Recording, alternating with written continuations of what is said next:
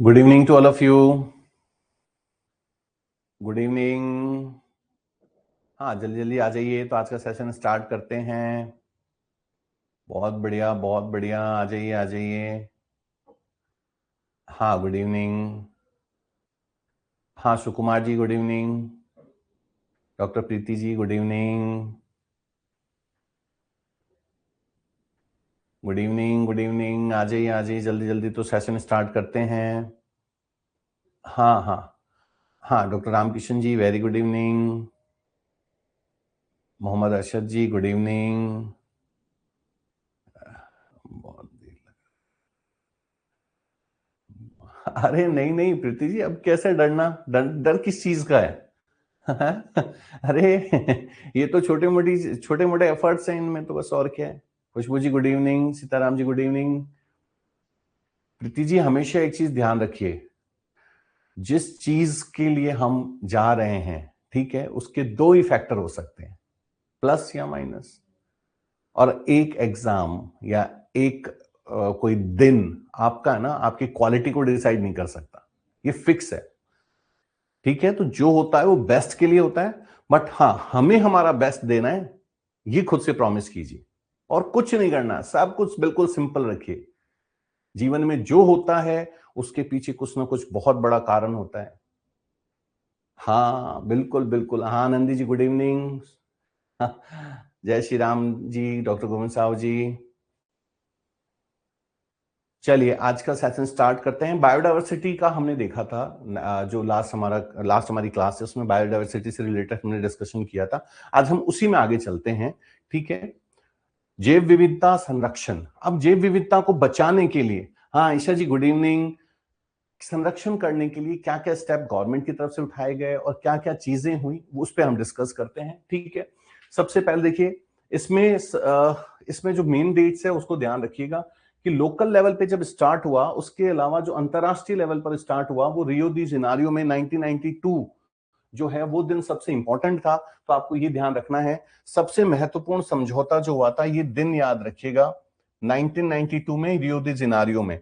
इसमें 21 रूल बनाए गए थे कि किस तरह से हम अपने जो बायोडायवर्सिटी है उसको हम बचा सकते हैं, उसको कैसे हम सेव कर सकते हैं। ठीक है, रियो दी जेनेरियो का 1992 का।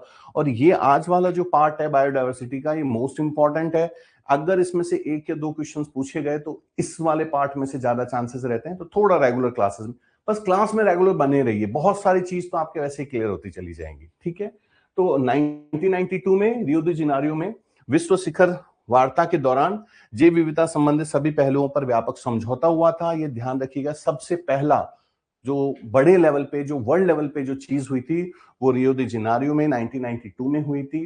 ठीक है, इसमें 21 रूल बनाए गए थे। इसमें नहीं है तो कोई बात नहीं, आगे हम लोग मेंशन कर लेंगे। ध्यान रखिएगा 21 रूल्स बनाए गए थे इसमें। ठीक है, सीबीडी में 190 सदस्य देश हैं। सीबीडी में 190 देश हैं, ये ध्यान रखिएगा। इसके तीन मुख्य उद्देश्य हैं, विविधता का संरक्षण करना, उसका स्थायी इस्तेमाल करना और आनुवांशिक संसाधनों के इस्तेमाल के लाभों को उचित एवं सही भागीदारी करना। ठीक है, भारत सीबीडी का सदस्य देश है। ठीक है, और भारत में इसमें जो बैठकें हुई हैं, हाँ, agenda 21, yes doctor Dinesh ji, बिल्कुल बिल्कुल, एजेंडा 21। हाँ, तो ये ध्यान रखिएगा, भारत में अब तक 2 बार सम्मेलन हो चुके हैं। ठीक है, भारत में सीबीडी की के लिए 2 बैठकें आयोजित की गई हैं। इनमें 2009 में एक तो हैदराबाद में जून में और एक देहरादून में, है ना, ये 2 डेट याद रखिएगा। देखिए इसमें ज्यादा कॉम्प्लिकेशंस नहीं है, बस इतना ध्यान रखा है, रियो दी जेनेरियो में, ठीक है, एजेंडा 21 बना था। और सीबीडी जो है, जैव विविधता संरक्षण जो है, इसमें जो टोटल 190 देश हैं, कितने देश हैं? 190 देश। ठीक है, और ज्यादा परेशान नहीं होना है इसमें। हाँ ठीक है, भारत में सम्मेलन 2 बार हो चुका है। ठीक है, 2009 में हैदराबाद में और देहरादून में। अब हम आते हैं, देखिए इसमें, हाँ, हमारे भारत में भी, अच्छा फिर भारत में क्या किया गया कि हमने भी त्रिस्तरीय संस्थाएं बनाई। 3 स्तर पे हमने संस्थाएं बनाई। देखिए, त्रिस्तरीय संस्थागत। अब 3 स्तर, जैसे सरकार का 3 स्तर है, कैसा है? एक सेंटर में, भाई एक सेंटर में, देश में, जैसे मोदी जी, राज्य में, जैसे राजस्थान राज्य में, ठीक है। और फिर आपके जैसे नगर निगम में हो छोटे लेवल पे, सेम इसी तरह से त्रिस्तरीय लेवल इसमें भी बनाया गया। त्रिस्तरीय में देखिए, पहला राष्ट्रीय जैव विविधता प्राधिकरण, राष्ट्रीय समझ गए, नेशनल लेवल पे, ठीक है। दूसरा राज्य लेवल पे, राज्य समझ गए, राज्य लेवल पे। और तीसरा जो है वो जैव विविधता प्रबंधन समिति, बीएमसी, लोकल लेवल पे। बस ये तीन ध्यान रखिएगा, भारत में भी बनाए गए तीन विविध, ठीक है। अच्छा, इसको आरक्षित करने के लिए दो तरह से अच्छा, इसमें से जो क्वेश्चंस पूछा जाता है, देखिए कितना आसान क्वेश्चन होता है, लेकिन हम कई बार फंस जाते हैं। यहां पर एक शब्द आएगा, मैं एग्जाम्पल के साथ ही करते हैं अपन, वो ज्यादा सही रहेगा। हाँ हाँ हाँ हाँ हाँ हाँ, इसमें आया है कि नहीं आया है? नहीं आया है तो ठीक है, देख लेते हैं एक बार। एक होता है स्वस्थानिक। आपसे एक प्रश्न मैं पहले पूछ लेता हूं, ठीक है, वो उसमें थोड़ा सा क्लियर हो जाएगा। जो राष्ट्रीय पार्क बनाए गए हैं, राष्ट्रीय पार्क जो बनाए गए हैं, क्या वह जीवों के स्वस्थानिक संरक्षण के लिए बनाए गए हैं? हाँ या ना, बस इतना सा आंसर मैं जानना चाहता हूं।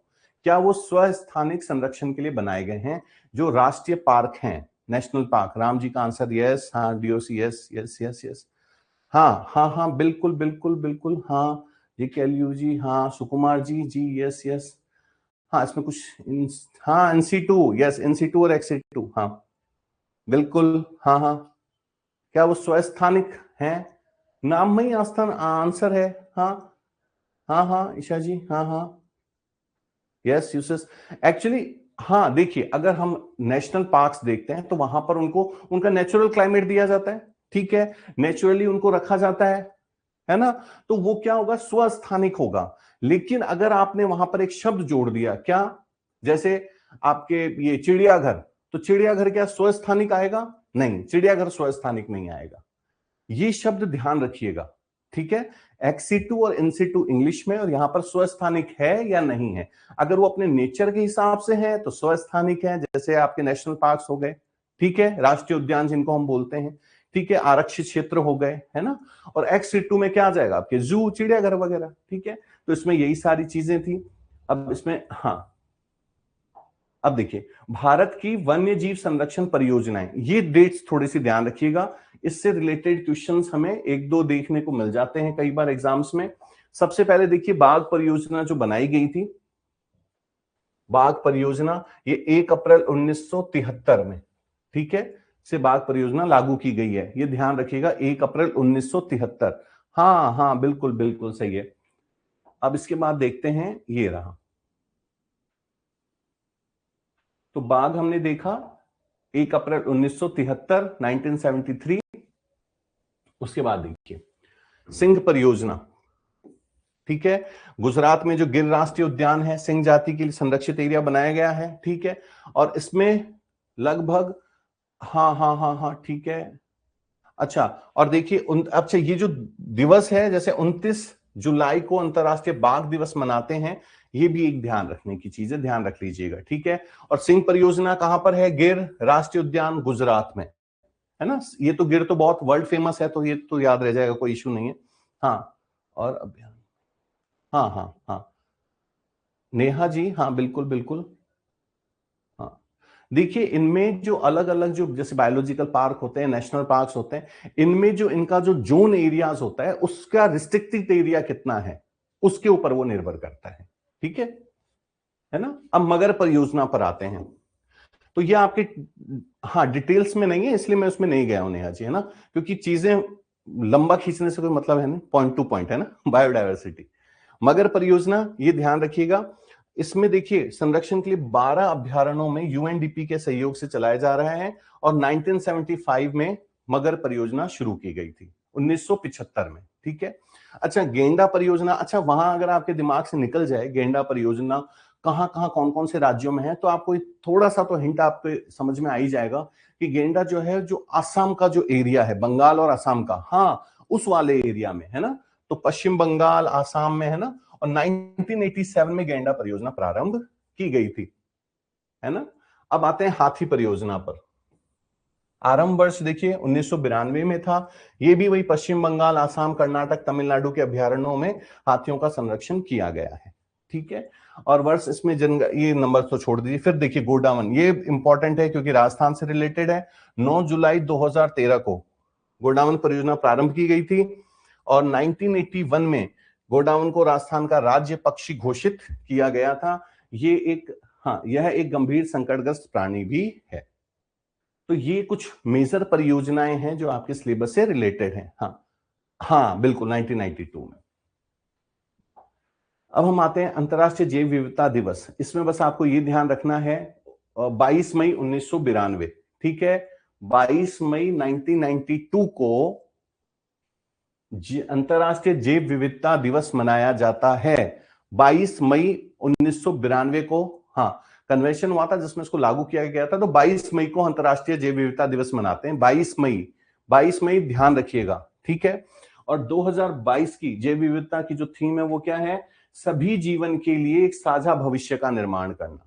सभी जीवन के लिए एक साझा भविष्य का निर्माण करना। हाँ राकेश जी, बिल्कुल बिल्कुल 9 जुलाई, यस। अब देखते हैं जैव विविधता हॉटस्पॉट। हॉटस्पॉट नाम में, और अच्छा आप लोगों की काफी बारी आया होगा, हॉटस्पॉट किसी भी जाति या हम जब किसी भी वंश से रिलेटेड देखते हैं जिसकी संख्या उस पर्टिकुलर एरिया में बहुत ज्यादा होने की संभावना होती है।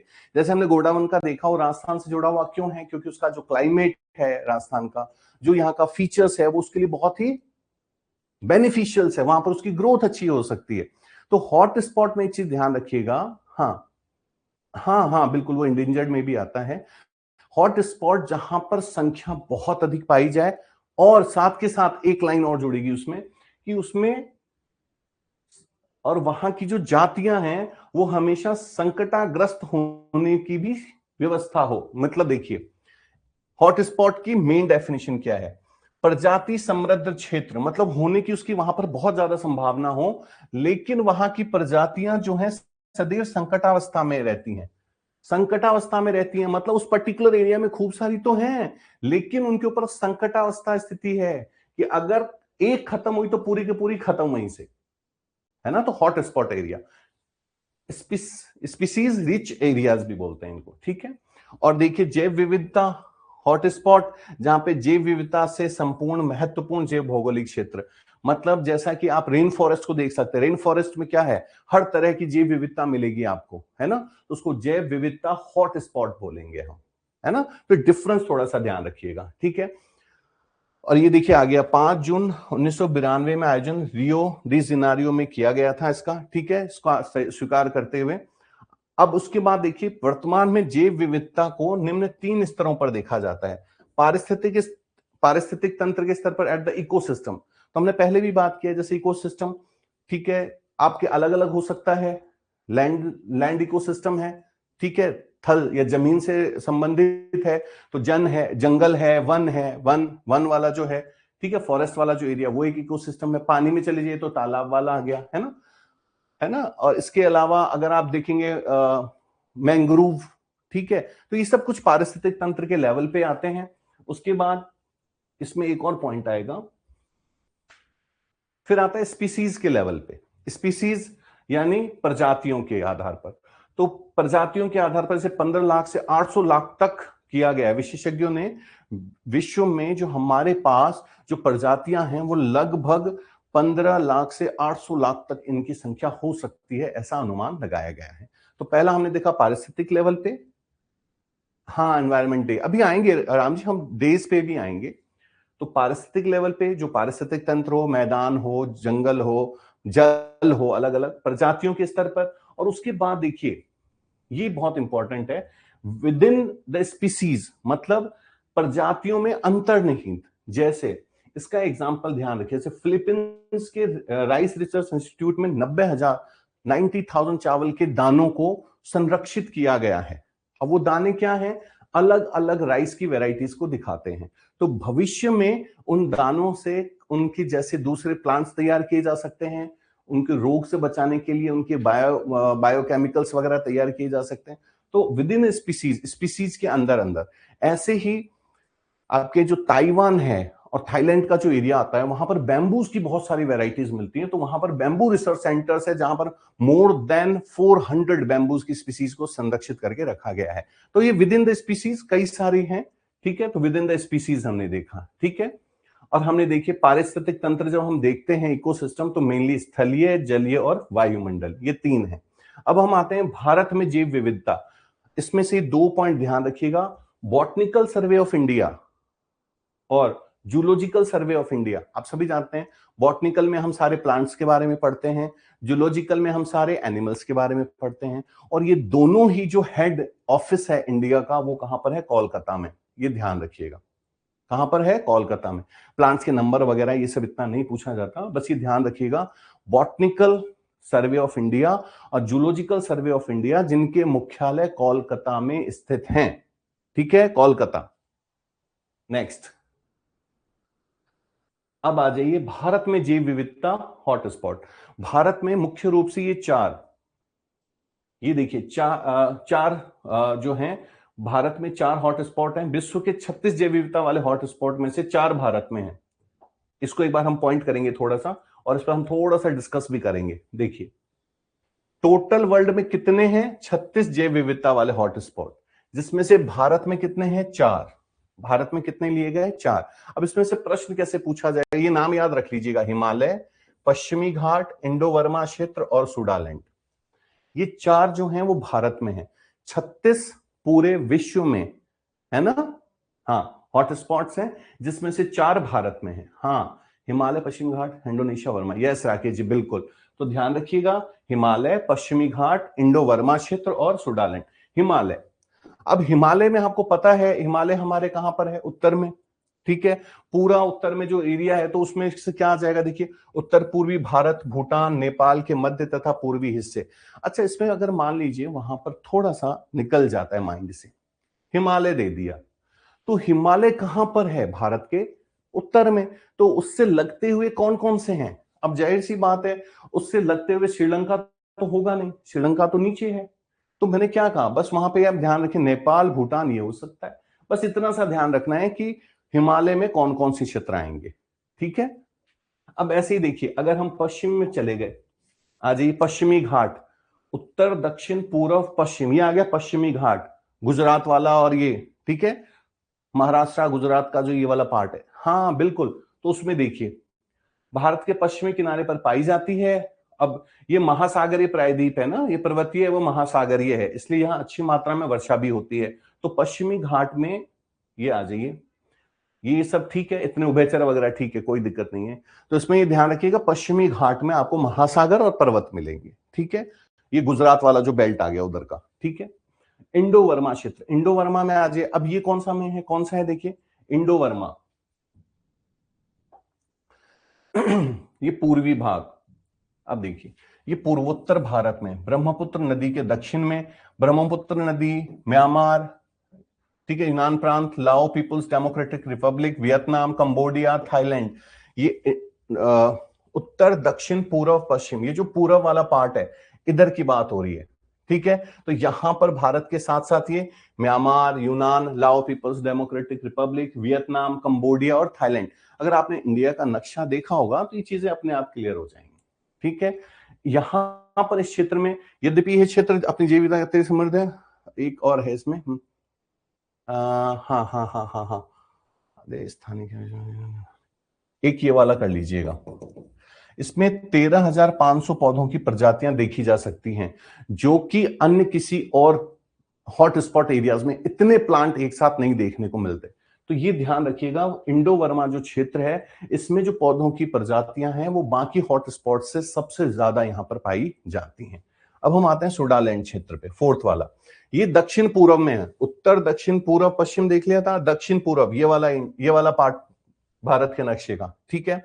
दक्षिण पूर्व एशिया में स्थित है। इसमें आपका थाईलैंड, इंडोनेशिया, सिंगापुर आ गया, ब्रुनई तथा मलेशिया भी सम्मिलित है, ठीक है। और यूनेस्को ने इस क्षेत्र को 2013 में विश्व बायोस्फीयर रिजर्व घोषित किया था, 2013 में। हाँ अच्छा, डॉक्टर रामकिशन जी एक काम करें ना, रीजॉइन करें, किसी और को थोड़ा ऑडियो वीडियो में कोई प्रॉब्लम आ रही है। एक्चुअली रामकिशन जी ने मैसेज किया है, मैं इसलिए एक बार चाह रहा हूं, फटाफट मुझे एक बार इन्फॉर्म कीजिए, ऑडियो वीडियो में कोई इश्यूज तो नहीं आ रहे हैं?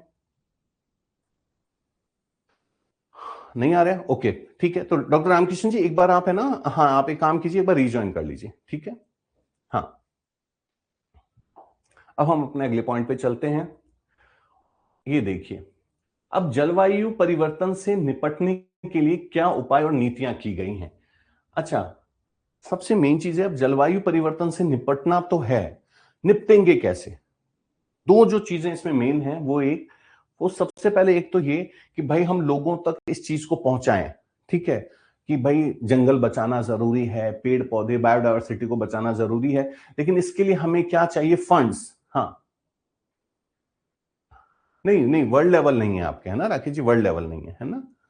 तो आपको क्या चाहिए? फंड। तो इस फंड के लिए ही मेन जो काम किया गया कि किस तरह से हम इस फंड पे काम कर सकते हैं और अलग अलग इसको डिस्ट्रीब्यूट कैसे कर सकते हैं, तो उस पे हमने काम शुरू किया। देखिए, सबसे पहले जलवायु क्लाइमेट फाइनेंस, ठीक है, स्थानीय, राष्ट्रीय और हाँ, और राष्ट्रीय वित्तीय ट्रांसनेशनल फाइनेंस को दर्शाता है। इसमें जो सबसे मेन है, ये सब तो देखिए प्रत्यक्ष रूप से प्रदूषण वगैरह उसको छोड़िए, ये मेन है इसमें। देखिए, संयुक्त राष्ट्र का फ्रेमवर्क क्या आया था? UNFCCC, United nation framework convention और ऑन क्लाइमेट चेंज के लिए, ग्रीन हाउस गैसों के उत्सर्जन को रोकने के लिए, ठीक है, यूएनएफसीसी, ठीक है, हाँ यूएनएफसीसी, ठीक है ना,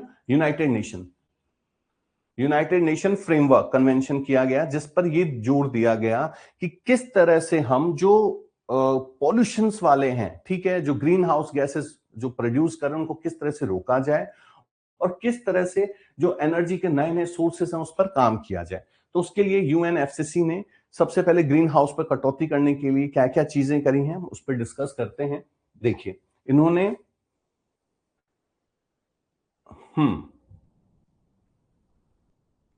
बेसिक तौर पर ऐसे एनर्जी सोर्सेस पे काम किया जो कि कम पॉल्यूशन फैलाएं, और जो हमारे पास पुराने हैं उनको हम इस तरह से तैयार करें कि उनसे भी पॉल्यूशन कम हो, ठीक है। और उसके लिए फिर उन्होंने क्या किया, देखिए ना, बनाना, जैसे देखिए, अधिक ऊर्जा कार्यकुशल, पुराने उपकरणों को अधिक कार्यकुशल बनाना, प्रबंधन कार्य प्रणाली, उपभोक्ता व्यवहार। कहने का मतलब है कि किस तरह से पॉल्यूशन को कम करें, तो बेसिक चीजें जो थी उस पर काम किया गया। उसके बाद देखिए जीईएफ, ग्लोबल एनवायरनमेंट फैसिलिटीज, ठीक है, इसका गठन 1991 में किया गया था। यह विकासशील व संक्रमणशील अर्थव्यवस्थाओं को जैव विविधता, जलवायु परिवर्तन, अंतरराष्ट्रीय जल, भूमि अवमूल्य, ओजोन संरक्षण से बचाने के लिए फंड प्रोवाइड करवाता है, ठीक है। हाँ, फंड, ग्लोबल एनवायरनमेंट फैसिलिटी, ठीक है, इसका काम है जितने भी राष्ट्र कमजोर हैं उनको फैसिलिटीज, मेनली पेमेंट प्रोवाइड कराना। भाई जब गरीब देशों के पास पैसा पहुंचेगा तभी तो वो क्या करेंगे, उस पर काम करेंगे। हाँ, तो तभी तो वो काम करेंगे। और उनको क्या, अब बताओ, जो एक देश पहले से गरीब है, जहां 60-70 रुपए किलो आटा है, वो कहां से ग्लोबल वार्मिंग के बारे में सोचेगा, और कहां से, वो तो बेसिक चीजें नहीं है वहां पर। तो वहां पर ये काम करता है जीईएफ, ग्लोबल एनवायरनमेंट फैसिलिटी। इसके लिए इन्होंने क्या किया है, देखिए, हाँ ठीक है, इन्होंने इसको कैटेगरीज वाइज किया है। देखिए, दो कोष बनाए हैं, दो अन्य कोष हैं इनके, जैसे एक तो है लीस्ट डेवलप कंट्रीज फंड और स्पेशल क्लाइमेट चेंज फंड, ठीक है। अब देखिए, इसके नाम में ही आंसर्स है, बस हम थोड़ा थोड़ा सा डिस्कस कर लेते हैं इस पे एक बार। देखिए, अल्प विकसित देश कोष, एलडीसीएफ मींस लेस, ठीक है, डेवलप्ड कंट्री फंड्स, ठीक है। इसमें क्या है, इसमें इस कोष का अल्प विकसित देशों, जैसे national adaptation programme of action, NAPS के निर्माण व क्रियान्वयन में सहायता करता है। मतलब जिन देशों के पास, जो बहुत ही अल्प विकसित देश हैं, हाँ हाँ राहुल जी, बिल्कुल बिल्कुल। तो जो भी अल्प विकसित देश हैं उनको पेमेंट प्रोवाइड कराना, उनके लिए एक फ्रेमवर्क तैयार कराना, उनकी जलवायु सूचना सेवाएं, जल संसाधन प्रबंधन, देशों की कृषि, प्राकृतिक संस्थाएं, उन सबको बचाने के लिए उनको फंड देना, ठीक है, अल्प विकसित। विशेष विशेष तौर पर देखिए, जलवायु परिवर्तन कोष का गठन यूनिसेफ के तहत 2001 में किया गया था, विशेष जलवायु परिवर्तन के लिए, ठीक है। इसमें ऊर्जा परिवहन, उद्योग, कृषि, वानिकी, इनके लिए पेमेंट दिया जाता है। यह जीवाश्म ईंधन से प्राप्त आय पर अत्यधिक निर्भर देशों में विविधीकरण, इकोनॉमिक डाइवर्सिफिकेशन व जलवायु परिवर्तन हेतु अनुदान देता है। एक पॉइंट इसमें ये इसलिए कर लीजिएगा, ये जो जीवाश्म ईंधन पर आधारित देश हैं, जो जीवाश्म ईंधन पर ज्यादा, हाँ हाँ गोविंद जी बिल्कुल। तो क्या होता है, जीवाश्म ईंधन पर जो कंट्रीज ज्यादा बेस्ड हैं, तो वहां पॉल्यूशन लेवल काफी बढ़ जाता है, ठीक है। तो वहां पर बायोडायवर्सिटी को बहुत ज्यादा नुकसान होता है। तो उसके लिए ये बनाया गया विशेष जलवायु परिवर्तन कोष, SCCF, ठीक है। और अल्पविकसित देशों के लिए लेस डेवलप्ड कंट्रीज फंड, है ना, ये ध्यान रखिएगा ये दोनों। अब हम आते हैं नेक्स्ट पॉइंट पे। हाँ, ये तो 2001 में हो गया। अब देखिए, ये एक बार पहले इधर हम देख लेते हैं, एक दो पॉइंट्स और हैं। अच्छा, डेट से रिलेटेड मैं आपको एक चीज बता दूं कि अधिकतर बायोडायवर्सिटी में जो हम कोशिश करते हैं कि हम क्या करते हैं, डेट्स को बहुत सारा याद करने की कोशिश करते हैं, लेकिन एग्जाम्स में ये देखा जाता है कि बायोडायवर्सिटी से रिलेटेड आपसे वो सिंपल क्वेश्चंस भी पूछता है, लेकिन आपको उसकी बेसिक नॉलेज होनी जरूरी है। अब जैसे देखिए, अब वो GCF है, ये कई बार क्वेश्चन आया हुआ है, लेकिन वो आपको हिंदी में लिख के नहीं देगा कि हरित जलवायु कोष। तो आप क्या समझते हैं GCF क्या है? G फॉर ग्रीन, इतना तो याद रख सकते हैं, climate fund, G for green. तो इसके इंग्लिश और हिंदी के जो शब्द हैं, इनको थोड़ा सा ध्यान रखिएगा, ठीक है। अब नाम अगर आपको पता चल गया कि हरित जलवायु कोष है, तो हरित मतलब ग्रीनरी बढ़ाना, चारों तरफ पेड़ पौधे लगाना। हाँ, ग्रीन क्लाइमेट फंड जो है, हाँ, तो इसमें क्या है, हरित जलवायु कोष, ये देखिए UNFCCC के तहत। अच्छा हाँ, ये एक क्वेश्चन अभी इसमें है तो मैं देख लेता हूं, नहीं तो UNFCCC जो है वो, जो हम जो UN जो देखते हैं, ठीक है, UNO जो है हमारा, उसका परमानेंट मतलब परमानेंट नहीं रख रखा, परमानेंट में नहीं आता ये UNFCCC, ठीक है। इसको सिर्फ जो जलवायु परिवर्तन है, जो जैव विविधता है, उसको बचाने के लिए बनाया गया है, उसका परमानेंट नहीं है, ठीक है ना, परमानेंट उसमें परमानेंट नहीं है, हाँ, वो ध्यान रखिएगा, UNFCCC, ठीक है। अब देखिए, हरित जलवायु के लिए 2009 में कोपेनहेगन में हुए एक संयुक्त राष्ट्र जलवायु परिवर्तन में हरित जलवायु कोष का गठन किया गया था 2009 में। इसका काम क्या है, नाम में ही आंसर है, ठीक है, तो इसमें हम ज्यादा नहीं जाएंगे। नेक्स्ट,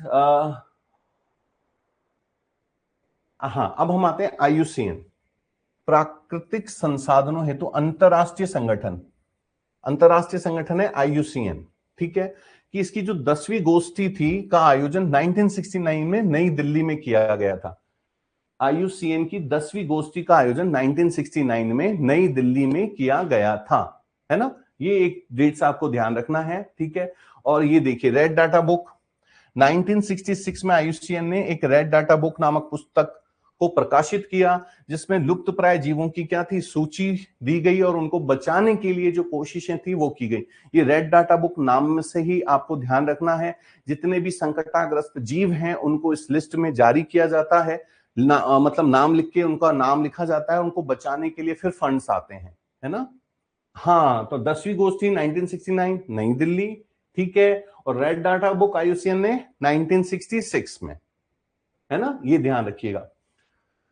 और IBP, ठीक है, इंटरनेशनल बायोलॉजिकल प्रोग्राम, ये 1963 के अंतर्गत इसकी शुरुआत की गई थी, ठीक है। और आधुनिक समाज की चुनौतियों से संबंधित समिति का गठन 1969 में नाटो राष्ट्रों द्वारा किया गया था।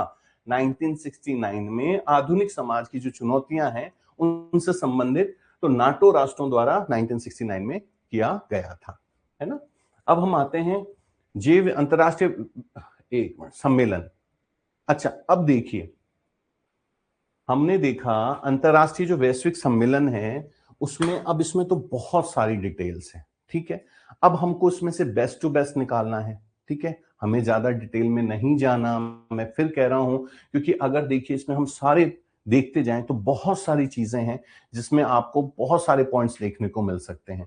तो इसमें से जो 2-3 इंपॉर्टेंट हैं सिर्फ हम उसको देखेंगे, ठीक है। बस ये ध्यान रखिएगा, 10वीं गोष्ठी जो थी इसकी IUCN की अंतरराष्ट्रीय की, वो दिल्ली में जो हुई थी, मैंने अभी बताया था आपको 1969 का, नई दिल्ली में 10वीं गोष्ठी हुई थी IUCN की, ये ध्यान रखिएगा, ठीक है, 1969। हाँ हाँ, बिल्कुल बिल्कुल। अब देखते हैं हम, देखिए इसमें से देखिए जो जो पॉइंट्स हैं वो हम करेंगे। जैसे एक तो ओजोन परत संरक्षण क्षरण पर चिंता, ये देखिए वियना सम्मेलन हुआ था ऑस्ट्रिया में। एक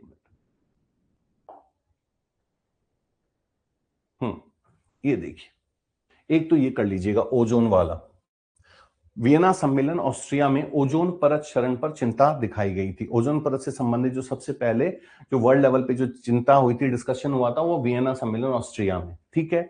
और उसके बाद हाँ ठीक है,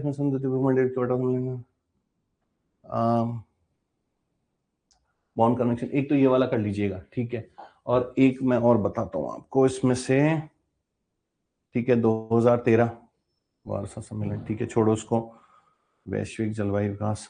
और एक है ना ये 31 वाला, ये 31 वाला करेंगे हम, ये 31 वाला करेंगे।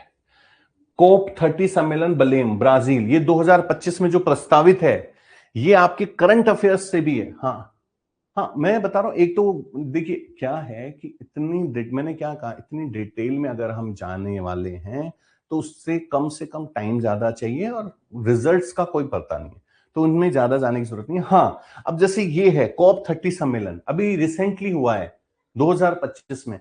अगर आपने करंट अफेयर्स थोड़ी बहुत भी देखी, कोई बता सकता है सम्मेलन कब हुआ है? मैं आपको ऑप्शन दूं, कोशिश कीजिए वैसे ही, ये कब हुआ है? अभी ये आपके करंट अफेयर्स का भी क्वेश्चन आ सकता है। कॉप 30 सम्मेलन, अभी लास्ट सम्मेलन जो हुआ है वो 2025 में हुआ है। ये अभी आपके करंट अफेयर्स का अच्छा क्वेश्चन है। बुक पेज नंबर, महादेव जी, बुक पेज नंबर, एक मिनट में देखता हूं, मेंशन अगर हो रखा हो तो ये 134 होगा। हाँ 134, ये 134 है, 134, हाँ 134।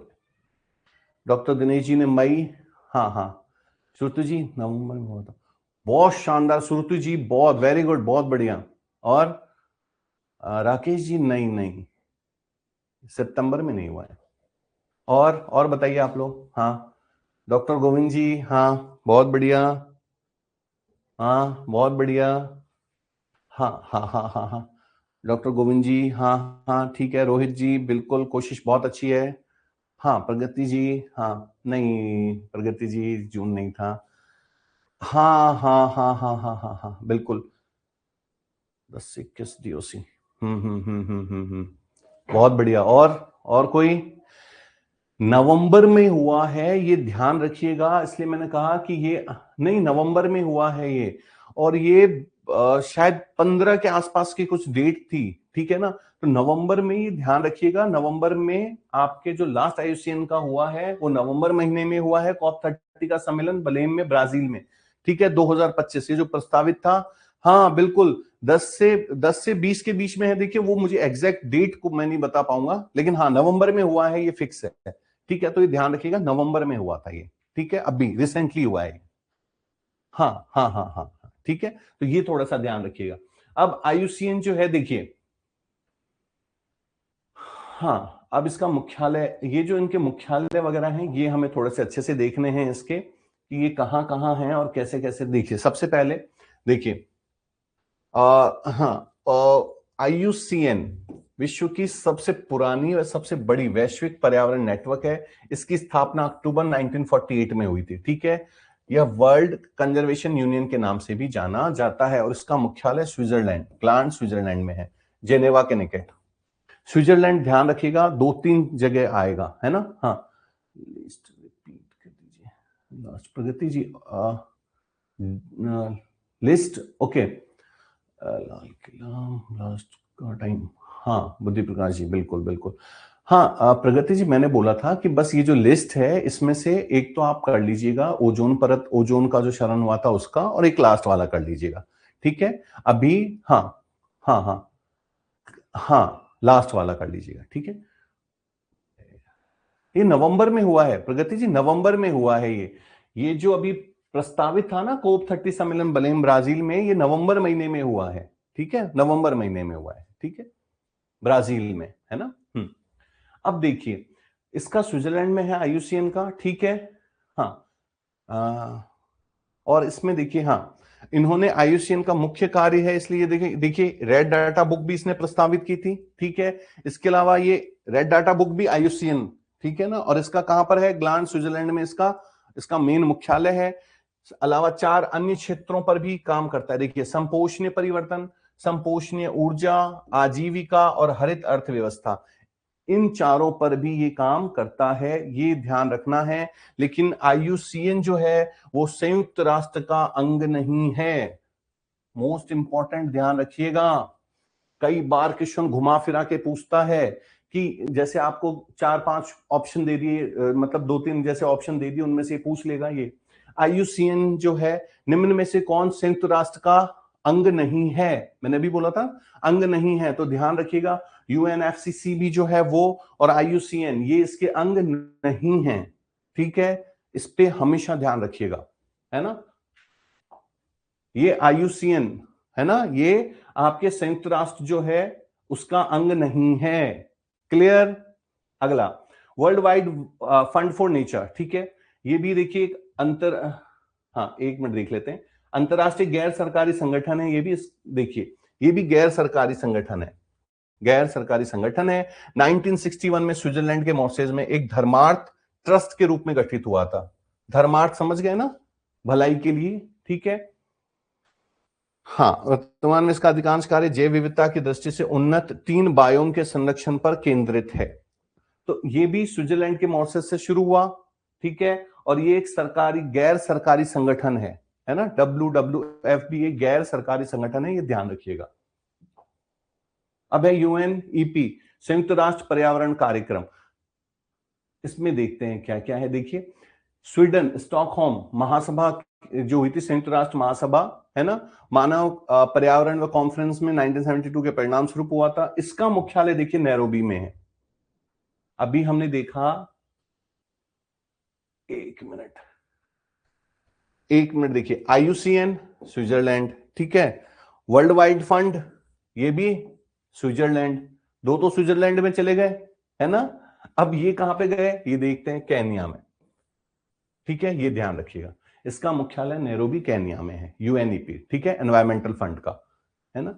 अब देखिए साइट्स की, ये साइट्स का फुल फॉर्म ध्यान रखिएगा, वन्य प्राणी जात एवं वनस्पति जात की संकटापन स्पीसीज के अंतरराष्ट्रीय व्यापार पर कन्वेंशन, साइट्स बोलते हैं इसको। ठीक है,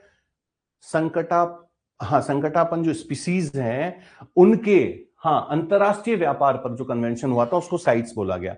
जनरली जो जीव जंतुओं को मारा जाता है उसके पीछे 2 ही कारण होते हैं। सबसे पहला जो होता है उनका व्यापार, इसीलिए मारा जाता है। जैसे एलिफेंट्स को मार रहे हैं, उसका कारण क्या है, उसके दांत, स्किन, शेरों की भी स्किन, ये सब बेची जाती है। तो उस पर जो कन्वेंशन हुआ था उसको साइट्स बोला गया। और ये देखिए 1963, है ना, IUCN के सदस्यों के सम्मेलन में साइट्स का ड्राफ्ट तैयार किया गया। फिर 1900 विभिन्न सरकारों के बीच ये सब, फिर देखिए, हाँ, वाशिंगटन संगठन भी कहा जाता है। इसका मुख्यालय भी ध्यान रखिएगा, जेनेवा स्विट्जरलैंड। तो आपके पास 3 मुख्यालय हो गए, IUCN, WWF और साइट्स। 3 तो जेनेवा में चले गए, सॉरी, कहां पर, स्विट्जरलैंड, है ना, स्विट्जरलैंड में। ठीक है, स्विट्जरलैंड के 3 हो गए आपके पास। ठीक है, और एक जो एनवायरमेंटल वाला था वो कहां पे है, नैरोबी केन्या में। ये मुख्यालय के बारे में पूछ लेते हैं, इसलिए मैंने आपको क्लियर कर दिया। स्विट्जरलैंड ध्यान रखिएगा, स्विट्जरलैंड बहुत बढ़िया, है ना। शायद पॉल्यूशन नए, मतलब अगर पॉल्यूशन की कैटेगरी बनाई गई है तो उसमें सबसे साफ जो है वो स्विट्जरलैंड को फर्स्ट नंबर दिया गया है। हाँ, बिल्कुल बिल्कुल राम जी, बिल्कुल सही पकड़ा है आपने, है ना। अब देखते हैं आगे। हाँ, ठीक है, एक ये वाला भी कर लीजिएगा। देखिए, ये जो साइट्स है, ये साइट्स 1973 में विभिन्न सरकारों के बीच एक अंतरराष्ट्रीय करार के फलस्वरूप आया और 1975 से ये प्रभावी हुआ है साइट्स। ठीक है, इसे वाशिंगटन कन्वेंशन भी कहा जाता है, जब से लागू हुआ था 1975 में। ठीक है, तो इसलिए इसको वाशिंगटन कन्वेंशन भी कहा जाता है। ठीक है, साइट्स का भी मुख्यालय हमने अभी पढ़ लिया, जेनेवा स्विट्जरलैंड में देखा गया है। ठीक है, और इसका प्रशासन जो है UNEP द्वारा देखा जाता है। ये जो हमने UNEP देखा था, केन्या, है ना, मुख्यालय, वही इसका संभालता है इसको पूरी तरह से, साइट्स को। ठीक है, हाँ, मुझे दिया गया था। और देखिए 2011 से 2020 की अवधि को संयुक्त राष्ट्र जैव विविधता दशक के रूप में घोषित किया गया है और इसी सम्मेलन को नगोए के तहत मंजूरी दी गई थी। ठीक है, और उसके बाद संयुक्त राष्ट्र एजेंडा 2030 में 17 विकास लक्ष्य, ये ध्यान रखिएगा, आपसे डिटेल कोई नहीं पूछने वाला है, कितने कितने है ना, कितने विकास लक्ष्य रखे गए थे, तो 17 विकास लक्ष्य रखे गए हैं। संयुक्त राष्ट्र का एजेंडा 2030 के तहत 17 विकास लक्ष्य रखे गए हैं। ठीक है, 7 डेवलपमेंट प्रोग्राम्स रखे गए हैं। ठीक है, हाँ, डेवलपमेंट प्रोग्राम्स कितने रखे गए हैं? 17, ये ध्यान रखिएगा। हाँ, अब हम आते हैं, ये वो 17 प्रोग्राम्स हैं। ठीक है, अब हम आते हैं आपके सबसे इंपॉर्टेंट पॉइंट पर, जिसमें है हाँ, एक बार आ जाए। हाँ, देखिए, महत्वपूर्ण पर्यावरण दिवस। अगर इस चैप्टर में आप हर दूसरा क्वेश्चन, जब ये चैप्टर से क्वेश्चंस आते हैं, हर दूसरा क्वेश्चन देखें तो लगभग इससे जुड़ा हुआ है। तो इस लिस्ट को थोड़ा सा अच्छे से हम देखेंगे। ठीक है, हाँ, इस लिस्ट को थोड़ा सा अच्छे से देखना है, क्योंकि इसमें से मैंने बोला ना, हर दूसरा प्रश्न कहीं ना कहीं इसमें से टकराता है, और इसमें से भी जो इंपॉर्टेंट है उस पर भी हम डिस्कस करेंगे। ठीक है, देखिए, इसमें सबसे मेन है मार्च 3। तो मार्च में आप सबसे पहले शुरुआत हो गई विश्व वन्यजीव दिवस से, फिर आ गया वानिकी दिवस, विश्व वानिकी दिवस, जल दिवस, जल दिवस, फिर विश्व मौसम विज्ञान दिवस। तो मार्च का जो महीना होता है, मार्च का महीना, उसमें हम जल दिवस और, हाँ, विश्व जल दिवस और विश्व मौसम विज्ञान दिवस मनाते हैं। ऐसे ध्यान रखिए, मार्च का महीना जो होता है वो लगभग आपका ना गर्मी ना सर्दी, है ना, बहुत बढ़िया रहता है, इसलिए मौसम विज्ञान दिवस और जल दिवस दोनों हम मार्च में मनाते हैं। ठीक है, इसके बाद आ जाइए, अप्रैल में 2 हैं आपके। देखिए, विश्व धरोहर दिवस 18 अप्रैल और अंतर्राष्ट्रीय पृथ्वी दिवस। पृथ्वी दिवस का ध्यान रखिएगा, 22 अप्रैल को हम लोग पृथ्वी दिवस मनाते हैं। 22 अप्रैल को कुछ करते हैं पृथ्वी दिवस के दिन, कुछ ध्यान है आप लोगों को? अभी 2-3 सालों से चालू हुआ है, पृथ्वी दिवस के दिन कुछ करते हैं, याद कीजिए, अंतर्राष्ट्रीय लेवल पे होती चीजें, कुछ याद आ रहा है किसी को? विश्व, हाँ, विश्व, हाँ, अंतर्राष्ट्रीय पृथ्वी दिवस के दिन हम लोग कुछ करते हैं। हाँ हाँ, प्लांट ट्रीज, प्लांटेशंस, हाँ बिल्कुल, और और कुछ, प्रगति जी, और कुछ? हाँ, डॉक्टर संतोष, यस, कुछ 1 मिनट के लिए या 2 मिनट के लिए रात के, शाम के टाइम को डिसाइड किया जाता है और लाइट स्विच ऑफ की जाती है, वो भी पृथ्वी दिवस है ना, ध्यान रखिएगा। हाँ हाँ हाँ, बाकी ठीक है, विश्व धरोहर दिवस, अंतर्राष्ट्रीय पृथ्वी दिवस। अब हम आते हैं, देखिए, मई में। मई में देखिए, विश्व प्रवासी पक्षी दिवस और विश्व जैव विविधता दिवस 22 मई।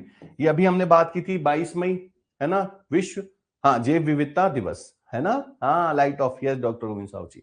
अब देखिए, विश्व पर्यावरण दिवस, ये तो लगभग सभी को याद रहता है, 5 जून, है ना। फिर अंतर्राष्ट्रीय बाघ दिवस, अभी हमने देखा था 29 जुलाई को। अब इसमें देखिए, सितंबर में, जुलाई में एक ही है, बाघ दिवस मना रहे हैं, फिर हम सितंबर में आ जाते हैं। ठीक है, सितंबर में 2 हैं, ओजोन दिवस और अंतर्राष्ट्रीय पर्यावरण स्वास्थ्य दिवस। ये दोनों बहुत इंपॉर्टेंट है। ओजोन दिवस 16 सितंबर को, है ना। और विश्व प्राकृतिक दिवस, ये कब है? 3 अक्टूबर, विश्व प्राकृतिक दिवस। और विश्व पक्षी दिवस 12 नवंबर। अच्छा, विश्व पक्षी दिवस 12 नवंबर को रखने के पीछे क्या रीजन हो सकता है? नवंबर का महीना क्यों रखा? माइग्रेशन ऑफ बर्ड्स बहुत ज्यादा इस टाइम पर होता है, ऐसे ध्यान रख लीजिएगा, माइग्रेशन बहुत ज्यादा होता है, इसलिए विश्व पक्षी दिवस 12 नवंबर को। और मृदा दिवस दिसंबर में। तो ये दिसंबर चल रहा है, दिसंबर में हमने क्या मनाया? मृदा दिवस। दिसंबर में क्या मनाया? अभी ये दिसंबर चल रहा है ना, मृदा दिवस मनाया। तो 2 तो आपको वैसे ही याद रह जाने वाले हैं, है ना। बाकी ये कुछ इंपॉर्टेंट हैं जो बार बार एग्जाम्स में पूछे जाते हैं। ठीक है, चलिए फटाफट 2-3 क्वेश्चन इसमें से लेते हैं, चेक करते हैं क्या चल रहा है आप लोगों का। ठीक है, हाँ हाँ हाँ, बिल्कुल बिल्कुल बिल्कुल।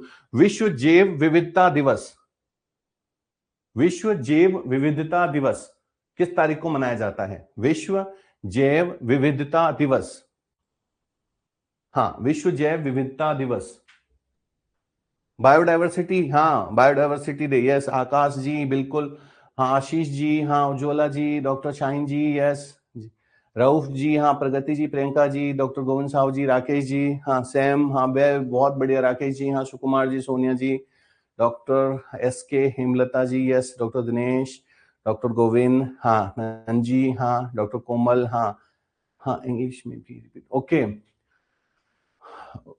वर्ल्ड कौन सा था, विश्व, हाँ world biodiversity day, on which day we have to celebrated biodiversity day, है ना 22 में, ठीक है। नेक्स्ट, विश्व मृदा दिवस, विश्व मृदा दिवस, विश्व मृदा दिवस, world soil day, world soil day, विश्व मृदा दिवस, हाँ मोहम्मद, हाँ अर्षद जी, हाँ ठीक है, रीना जी, डॉक्टर नरेश जी, साईं जी, डॉक्टर आकाश जी, हाँ बनवारी जी, पूनम जी, हाँ राम जी, वेरी गुड, 5 दिसंबर, बहुत बढ़िया बहुत बढ़िया बहुत बढ़िया बहुत बढ़िया। हाँ अब विश्व जल दिवस, अब विश्व जल दिवस, world water day, water day है, हाँ हाँ बताइए, विश्व जल दिवस, विश्व जल दिवस हाँ हाँ बहुत बढ़िया, हाँ हाँ हाँ हाँ 22, हाँ 22 मार्च, यस वेरी गुड, बहुत बढ़िया बहुत बढ़िया बहुत बढ़िया बहुत बढ़िया, 22 मार्च, हाँ हाँ हाँ हाँ बिल्कुल बिल्कुल बिल्कुल बिल्कुल बहुत बढ़िया, हाँ हाँ बहुत बढ़िया। और विश्व वन्य जीव दिवस, विश्व वन्य जीव दिवस,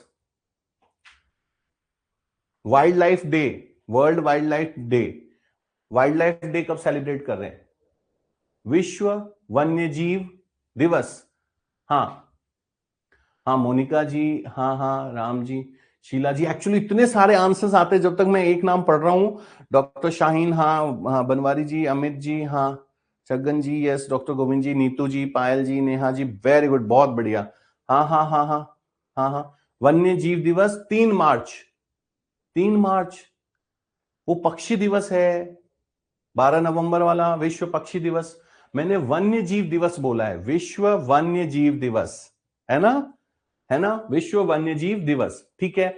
अब हम चलते हैं अपने इस चैप्टर से रिलेटेड कुछ क्वेश्चंस पे, ठीक है, फटाफट एक बार उनको भी देखते हैं। देखिए जैव विविधता शब्द का प्रयोग सर्वप्रथम किसने किया था, जैव विविधता शब्द का प्रयोग सर्वप्रथम किसने किया था, बताइए फटाफट आंसर्स, हमने शुरू में ही पढ़ लिया था इनके बारे में, जैव विविधता दिवस, ठीक है, कौन थे, एक मिनट याद, हाँ वाल्टर जी रोजेन, ये नाम ध्यान रखिएगा, हाँ रोजेन, बिल्कुल बिल्कुल प्रगति जी, बिल्कुल बिल्कुल जैव विविधता शब्द का प्रयोग, ठीक है। फिर रियो दी जेनेरियो, जो विश्व शिखर सम्मेलन का संबंध किससे है, वनीकरण, प्राकृतिक स्रोतों के संरक्षण से, मृदा की उर्वरता से, पर्यावरण के संरक्षण से। अब रियो दी जेनेरियो बहुत फेमस नाम है, बहुत बार इसमें से क्वेश्चन आया है, हाँ पर्यावरण के संरक्षण से, यस क्लियर। जैव विविधता शब्द का प्रयोग सर्वप्रथम किस वर्ष किया गया था, जैव विविधता शब्द का प्रयोग, हाँ हाँ फटाफट जैव विविधता शब्द का प्रयोग 1985, ध्यान रखिएगा, ऐसा हो तो बर्थ डेट याद रख लीजिएगा, ठीक है 1985, हाँ हाँ 1985 ये ध्यान रख लीजिएगा, ठीक है। हाँ और जैव विविधता दिवस कब मनाया जाता है, जैव विविधता दिवस कब मनाया जाता है, जैव विविधता दिवस कब मनाते हैं हम, हाँ बताइए जैव विविधता दिवस, हाँ डॉक्टर कोमल, अच्छा हाँ फर्स्ट टाइम बायोडाइवर्सिटी जो वर्ड था वो कौन से ईयर में यूज किया गया था वो, है ना, हाँ हाँ बिल्कुल 22 मई, डॉक्टर आशीष बिल्कुल सही है। जैव विविधता के संरक्षण हेतु अंतरराष्ट्रीय सम्मेलन कहाँ हुआ था, तो ये नाम तो आपको अब तक याद हो ही गया होगा, रियो दी जेनेरियो में, है ना। और इसमें कितने सूत्र बने थे, रियो दी जेनेरियो में जो हुआ उसमें कितने सूत्र बने थे, आपके ऑप्शन है 20, 21, 22, 23। रियो दी जेनेरियो में जो सम्मेलन हुआ था उसमें कितने सूत्रीय कार्यक्रम पर काम किया गया था, कितने फॉर्मूले बने थे, 20, 21, 22 या 23, हाँ 21, ये ध्यान रखिएगा, रियो दी जेनेरियो में 21 सूत्रों पर काम हुआ था, ठीक है। जानवरों और पौधों की दुर्लभ और लुप्त प्राय प्रजातियों के दस्तावेजीकरण के लिए स्थापित किया गया है। दस्तावेजीकरण मतलब उनकी जो डिटेलिंग है, डिटेलिंग के लिए कौन सी बुक यूज करते हैं प्लांट्स और एनिमल्स के लिए, तो वो कौन सी है, लुप्त प्राय प्रजातियों के लिए रेड डाटा बुक। रेड नाम से खतरा, तो रेड डाटा बुक। हाँ गौरव जी, बिल्कुल बिल्कुल बिल्कुल, अब हम इस पे आ चुके हैं रेड डाटा बुक वाले पे, ठीक है। WWF का अर्थ, एक वो फाइट भी होती है WWF, है ना, उसमें नहीं जाना है हमें, हमें इसमें आना है WWF पे, है ना, ठीक है। हाँ, बिल्कुल बिल्कुल, वर्ल्ड वाइल्ड लाइफ फंड, है ना, वर्ल्ड वाइल्ड लाइफ फंड, है ना, वाइल्ड लाइफ के लिए जो फंडिंग होती है, ठीक है। हाँ हाँ बिल्कुल बिल्कुल। किस घोषणा पत्र पर हस्ताक्षर किया गया था, देखिए आ गया, ये रहा, देखिए एजेंडा 21, ठीक है, एजेंडा 21, है ना। और ये अभी मैंने पूछ लिया था, विश्व जैव विविधता दिवस कब मनाते हैं, तो आप सबको पता है 22 मई। अब ये डेट तो ऐसी हमेशा याद रह जाएगी, 22 मई वाली तो है। चलिए अगले प्रश्न पे आते हैं। BSI botanical survey of India लुप्तप्राय पौधों की सूची निम्नलिखित में से किस नाम से प्रकाशित करता है। देखिए लुप्तप्राय पौधे, ये ध्यान रखिएगा, क्वेश्चन को घुमाते टाइम वो ऐसे शब्द यूज करेगा, जैसे लुप्तप्राय पौधे, लुप्तप्राय जंतु, जीव, इनको किस में लिखेंगे, तो हमेशा ध्यान रखिएगा इनको रेड डाटा बुक में ही लिखा जाता है, ठीक है, ये चीज क्लियर कर लीजिएगा। निम्नलिखित में किसका संबंध वैश्विक पर्यावरणीय समस्याओं को कम करने से है, तो हमने देखा था विश्व पर्यावरणीय समस्याओं को कम करने के लिए हम यूएनसीईडी का, यूएनसीईडी, ठीक है ना। हाँ, अगला, प्रथम विश्व शिखर सम्मेलन कहां आयोजित हुआ था, तो प्रथम शिखर सम्मेलन कहां पर आयोजित हुआ था, उसी पे तो सारी कहानी चल रही है। मैं 13 नंबर की बात कर रहा हूं, कहां पर चल रहा था, पहला कहां हुआ था, रियो दी जेनेरियो, ठीक है। हाँ हाँ, ये ध्यान रखिएगा, और 21 सूत्रीय था ये, है ना। पृथ्वी शिखर सम्मेलन, पृथ्वी बचाओ का आयोजन किया था कहा, किसने, यूनेस्को ने, यूएनसीईडी ने, WHO ने, या यूनिसेफ ने। पृथ्वी बचाओ ये बहुत इंपॉर्टेंट है, ध्यान रखिएगा। हाँ, मैं अब 14th वाले की बात कर रहा हूं, हाँ ये ध्यान रखिएगा, यूएनसीईडी ने, ठीक है। निम्नलिखित में से प्रमुख ग्रीन हाउस गैस कौन सी है, कार्बन डाइऑक्साइड, क्लोरोफ्लोरोकार्बन, फ्रेन, या कार्बन मोनोऑक्साइड। अच्छा, इसमें ऑप्शंस पे, हाँ हाँ, कार्बन डाइऑक्साइड, हम सब जानते हैं कार्बन डाइऑक्साइड जो है वो सबसे ज्यादा ग्रीन हाउस गैसेस में आता है, ठीक है। अगला, ओजोन क्षरण को रोकने के लिए 1987 में जो कहां पर यह आयोजित हुआ था इस सम्मेलन, तो ये सम्मेलन कहां पर था, ओजोन क्षरण को रोकने के लिए 16th वाला। अब 16th वाले का बताइए, ओजोन क्षरण को रोकने के लिए 1987 में सम्मेलन का आयोजन कहां किया गया था। हाँ डॉक्टर गोविंद जी, यस, हाँ मॉन्ट्रियल, ये ध्यान रखिएगा, मॉन्ट्रियल सम्मेलन, ये इंपॉर्टेंट क्वेश्चन है, ओजोन क्षरण को रोकने के लिए मॉन्ट्रियल, हाँ बिल्कुल बिल्कुल बिल्कुल बिल्कुल बिल्कुल, ठीक है। अब देखिए, पारिस्थितिक असंतुलन से उत्पन्न पारिस्थितिक संकटों को अध्ययन करने के लिए, उन पर सुझाव देने के लिए IUCN की स्थापना कब की गई थी, तो ये IUCN वाला भी ध्यान रखिएगा, कब की गई थी IUCN की स्थापना लास्ट, हाँ हाँ IUCN की, हाँ हाँ बिल्कुल बिल्कुल, मॉन्ट्रियल ऑस्ट्रिया में, रोहित जी बिल्कुल सही बात है, बिल्कुल सही है। अब ये 17 का बताइए, IUCN की स्थापना कब की गई थी, 47, 48, 49 या 50, 48, यस JKLU शीला जी, बिल्कुल बिल्कुल बिल्कुल 48 में ये गया। तो इस तरह से हमने आज बायोडायवर्सिटी का चैप्टर भी फिनिश किया, और इसके जितने भी पॉइंट्स थे और क्वेश्चंस थे उनको भी क्लियर किया है, ठीक है।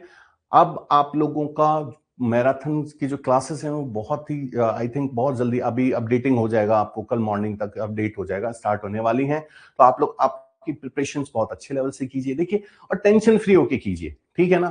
टेंशन, एक बात बताइए, टेंशन लेकर के होने क्या वाला है ना।